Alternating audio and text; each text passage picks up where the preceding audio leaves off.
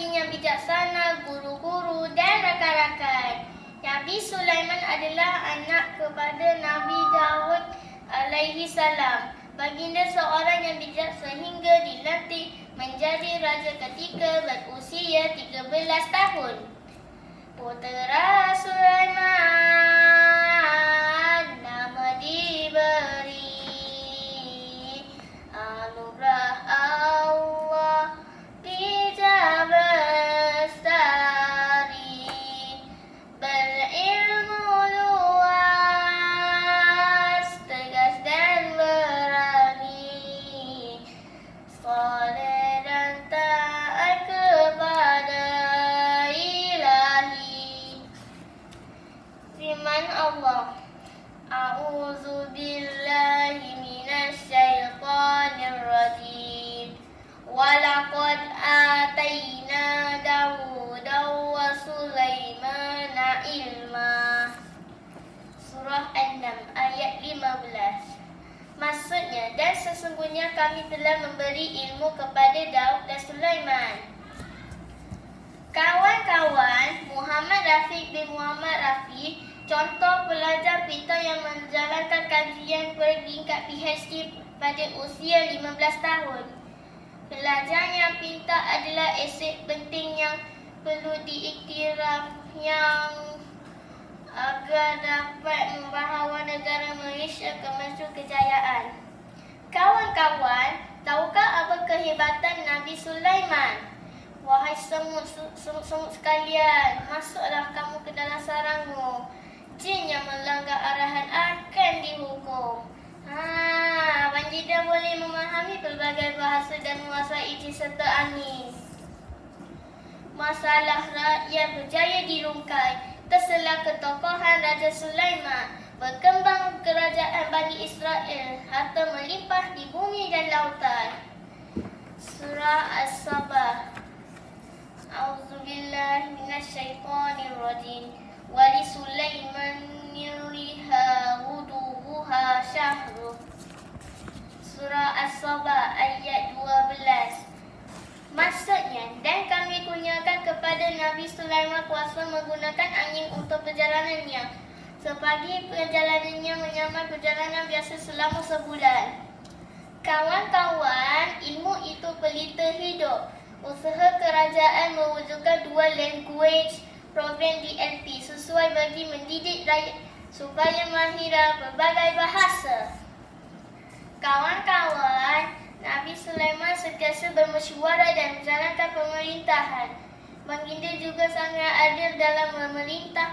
Contohnya ketika menyelesaikan masalah pengembala, kambing dan petani, manusia, jin dan juga haiwan, bala tentara, hadis semuanya.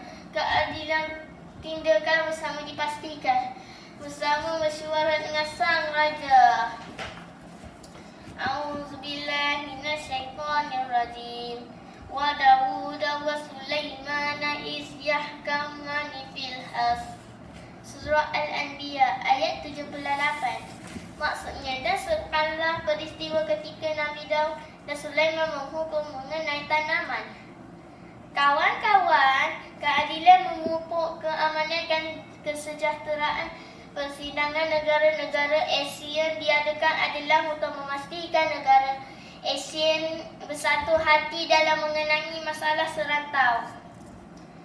Nabi Sulaiman pernah mengutus surat kepada Ratu Balqis melalui burung hudhud untuk memberi peringatan dakwah supaya menyerah diri beriman kepada Allah. Jika mereka berdegil, Nabi Sulaiman dan keturunannya akan menyerang negeri Sabah. Ratu Balqis telah mencuba untuk menundukkan hati Nabi Sulaiman dengan memberinya hadiah, namun Nabi Sulaiman menolak dengan tegas.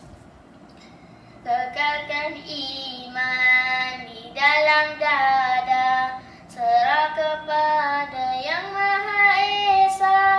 Harta dunia hanya sementara, akhirat yang kekal selamanya. A'udzubillahi minasyaitonirrajim. Qala atumidunani biman. Surah An-Naml ayat 36. Berkatalah Sulaiman, tidaklah patut kamu beriku harta benda. Kawan-kawan, rasuah boleh melumpuhkan keamanan negara kerana SPRM dalam mengenangi rasuah sangat penting untuk keharmonian masyarakat. Kawan-kawan, Nabi Sulaiman mampu memikul amanah sebagai Nabi, Rasulullah dan Raja. Baginda sangat digeruni sehingga ketika meninggal, para jin masih bekerja membina bangunan kerana takut kepada Nabi Sulaiman. Baginda juga amat disegani kerana kehebatannya meluaskan jajahan dan dakwah, keadilan serta kemuliaan yang dianugerahi Allah. A'udzubillahi minasyaitonirrajim. Wa husyira li Sulaimana junudihi minal jinni wal insi wat tayri fahum yuza'un. Surah An-Naml ayat 17. Maksudnya, dan untuk Sulaiman dikumpulkan kepada tenteranya dari jin, manusia dan pura-pura. Lalu mereka berbaris dengan tertib. Peranan yang di-Pertuan Agong dalam memilih pucuk pimpinan politik di Malaysia dalam kembalikan keamanan dalam negara. Kisah Sulaiman jadi panduan supaya kekal hidup beriman. Kepimpinan melalui teladan buat pedoman dalam kehidupan. Sekian, terima kasih. Assalamualaikum.